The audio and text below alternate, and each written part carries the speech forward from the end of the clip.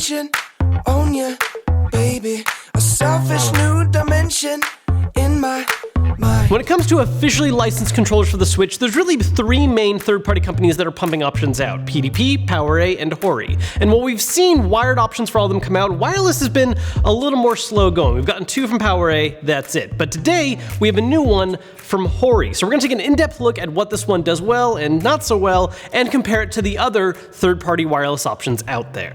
First, let's just take a look at the design and button layout of the controller and how comfortable it is. So at first glance, this is very similar to the Switch Pro controller. It uses the same kind of default stick and button layout. One of the immediately noticeable differences, however, is that this is a much larger controller in all ways. The grips are larger, the buttons, sticks, everything is just a little bigger on this controller compared to other options out there. And I think that's something that's a really big strength of this controller versus competition, is that it offers something that's a little more of a unique alternative in that it's a lot more comfortable for larger hands.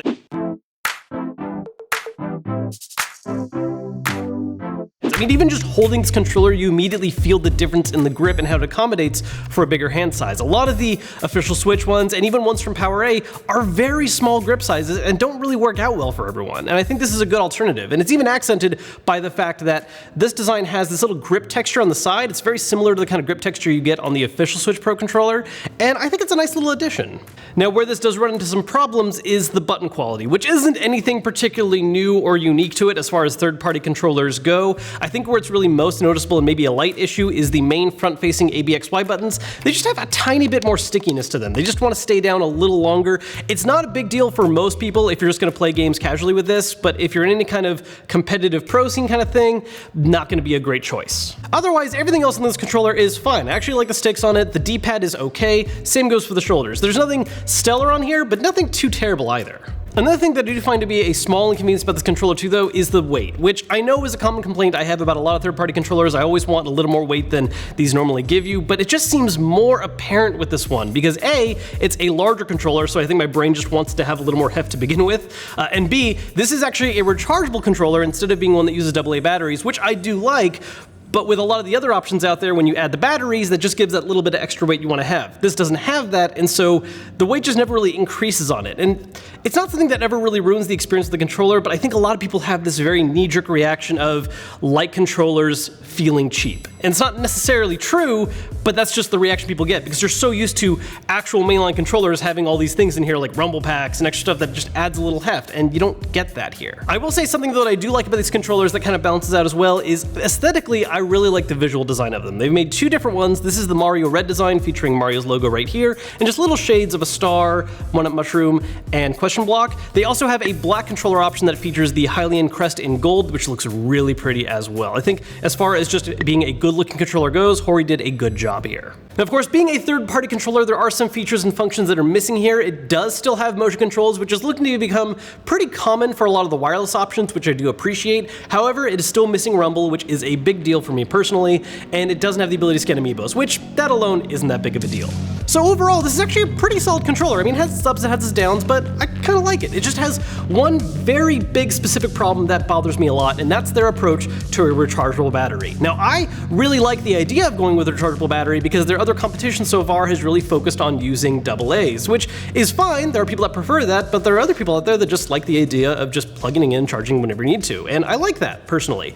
However, it's very odd how they chose to approach this because they're using a micro USB cable, which is not the standard for the Switch. And that would be maybe okay, except it also doesn't come with the cable for this at all.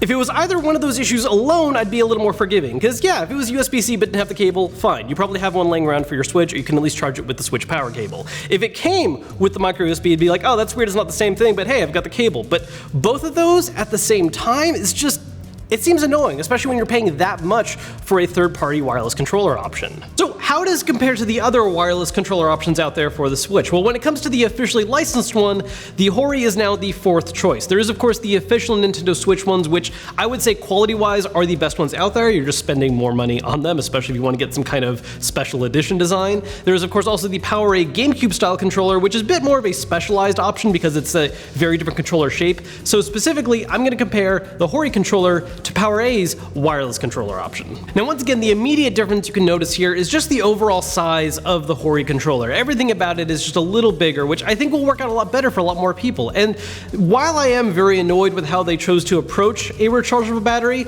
it still stands that it's a rechargeable controller, which a lot of people do prefer over having to worry about batteries. Sure, batteries can last a while, but as soon as they're out, if you don't have any sitting in any drawers, guess what? You have to run to the store, and that's really annoying. With that in mind, though, I do have to say that when push comes to shove, if I have to tell you which of these ones I think the better controller is, it's still the PowerA. You know, just overall, I think the buttons and everything are a little more crisp. They're still not quite the same level as the official Switch ones, but they are an improvement, and it does give you the extra function of having the reprogrammable buttons on the back, whereas the Hori, well, it still has motion controls, which the PowerA has as well, but that's really where the whole line ends. It's not that the Hori is necessarily a bad controller. I think it's actually a pretty fine one. The only issue I had, once again, is that light stickiness to the front-facing buttons, which, for most people, is honestly pretty ignorable. I think at the end of the day, the big thing with the Hori is that if you like a bigger controller, if you don't like how small a lot of the Switch options out there are, this is going to be a great choice for you, but for everyone else, stick with PowerA or the official Switch one.